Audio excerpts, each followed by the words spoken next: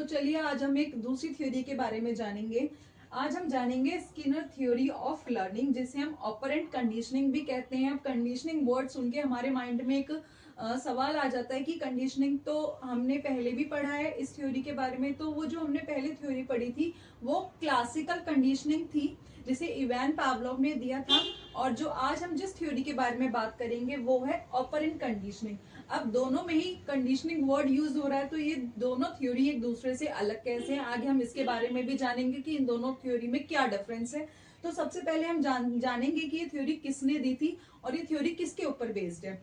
तो जो ये थ्योरी थी ये दी थी अमेरिकन साइकोलॉजिस्ट B.F. स्किनर ने। जो ये सिद्धांत था E.L. थॉर्नडाइक द्वारा दिए गए लॉ ऑफ इफेक्ट पर बेस्ड है। जो E.L. थॉर्नडाइक ने अपने प्राइमरी लॉज दिए थे और सेकेंडरी लॉज दिए थे, जिसके बारे में हमने पहले पढ़ा हुआ है।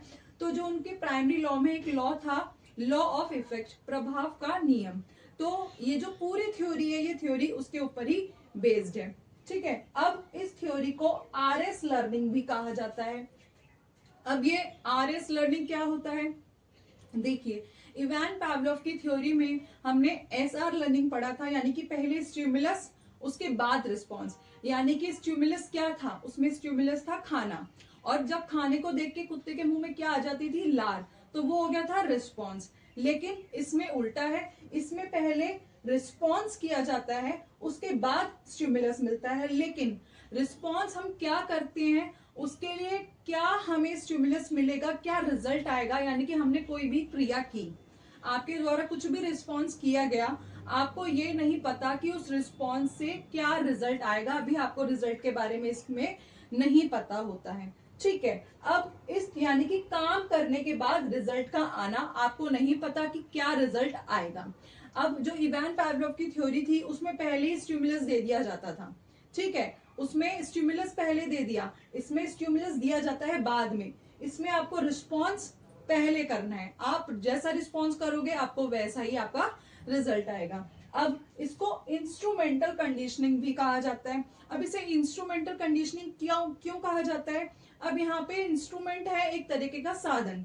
अब यहाँ पे इस कंडीशनिंग को इंस्ट्रूमेंटल इसलिए कहा गया, तो देखिए जो आपका व्यवहार है, ठीक है, आपके द्वारा कोई भी क्रिया है, आप उसे यहाँ पर एक साधन के रूप में यूज करोगे। जैसे कि इस जो एक्सपेरिमेंट था, इस एक्सपेरिमेंट में चूहे को जब भी भूख लगती थी वो लीवर दबाता था। लीवर दबाने से उसे क्या मिलता, फूड पैलेट्स, मतलब वो दाने मिलते थे खाने के लिए। अब उसका जो व्यवहार था, जो उसकी क्रिया थी, उसकी क्रिया क्या थी, उसके द्वारा क्या व्यवहार किया गया, लीवर को दबाया गया।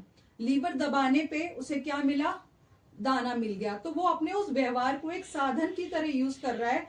अब उसने अपने उसको साधन बनाया, अपने व्यवहार को, लीवर दबाना उसका साधन हो गया। जैसे ही वो साधन करता, साधन के रूप में उसे यूज करता, उसे उसका परिणाम मिलता। वो परिणाम क्या मिलता कि उसे खाने के लिए दाना मिल जाता। तो इसलिए इसको इंस्ट्रूमेंटल कंडीशनिंग कहा गया है। अब आगे इस थ्योरी को रीइंफोर्समेंट लर्निंग थ्योरी भी कहा जाता है। अब जो रीइंफोर्समेंट वर्ड है, स्किनर ने इस वर्ड का यूज किया था, लेकिन इस वर्ड को इनके द्वारा नहीं दिया गया था, सिर्फ इन्होंने इस वर्ड का अपनी थ्योरी में यूज किया है। अब सबसे पहले हम जानेंगे कि रीइंफोर्समेंट क्या होता है। तो कोई भी ऐसी घटना या वस्तु जिसकी वजह से या किसी भी व्यक्ति की वजह से आप किसी भी काम को बार बार कर रहे हो या आपको बार बार करने के लिए बल प्रदान करती है, तो उस पूरी प्रक्रिया को रीइंफोर्समेंट कहा जाता है या पुनर्बलन कहा जाता है। जैसे कि आप ऐसे कर सकते हैं, जैसे कि वो उसमें जो ये एक्सपेरिमेंट था, इसमें जो उद्दीपन था वो था क्या था, दाना। ठीक है, अब उसको प्राप्त करने के लिए वो बार बार क्या अनुक्रिया कर रहा था, तो वो अनुक्रिया कर रहा था कि बार बार लीवर को दबा रहा था। लीवर को दबाना यही हो गया, यही इसे ही हम कहेंगे रीइंफोर्समेंट।